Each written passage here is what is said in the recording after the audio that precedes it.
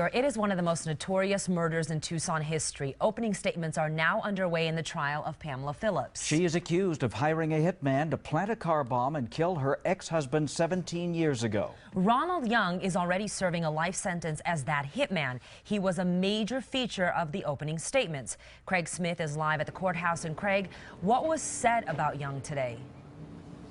Well, prosecutors say a history of communication between Young and Pamela Phillips could only be related to that murder. But defense attorneys say there are other ways to explain those contacts and say they will show it was business enemies who used a bomb on Gary Triano. Pamela Phillips stood and smiled as the jury came into court to hear attorneys argue her fate.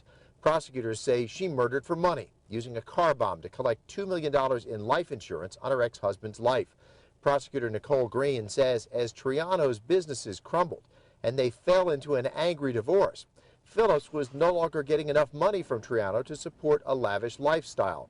Watch Phillips' reaction while the prosecutor describes how angry Phillips became. And at one point in time, she made statements to her friends that she could have Gary taken out. She was that frustrated and angry with things going on. Prosecutors say they have evidence of a man named Ronald Young pressuring Phillips for payment in a way that could only be a hitman pushing to collect.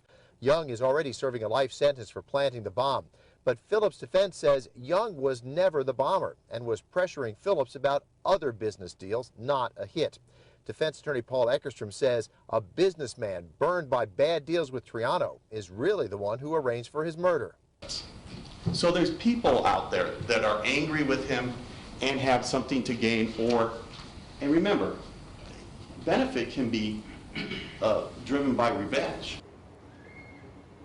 Now, both sides agree Pamela Phillips was actually behind on her insurance payment the day that bomb killed Gary Triano, but she was able to pay in the grace period a few days after the murder and ultimately collect on that policy.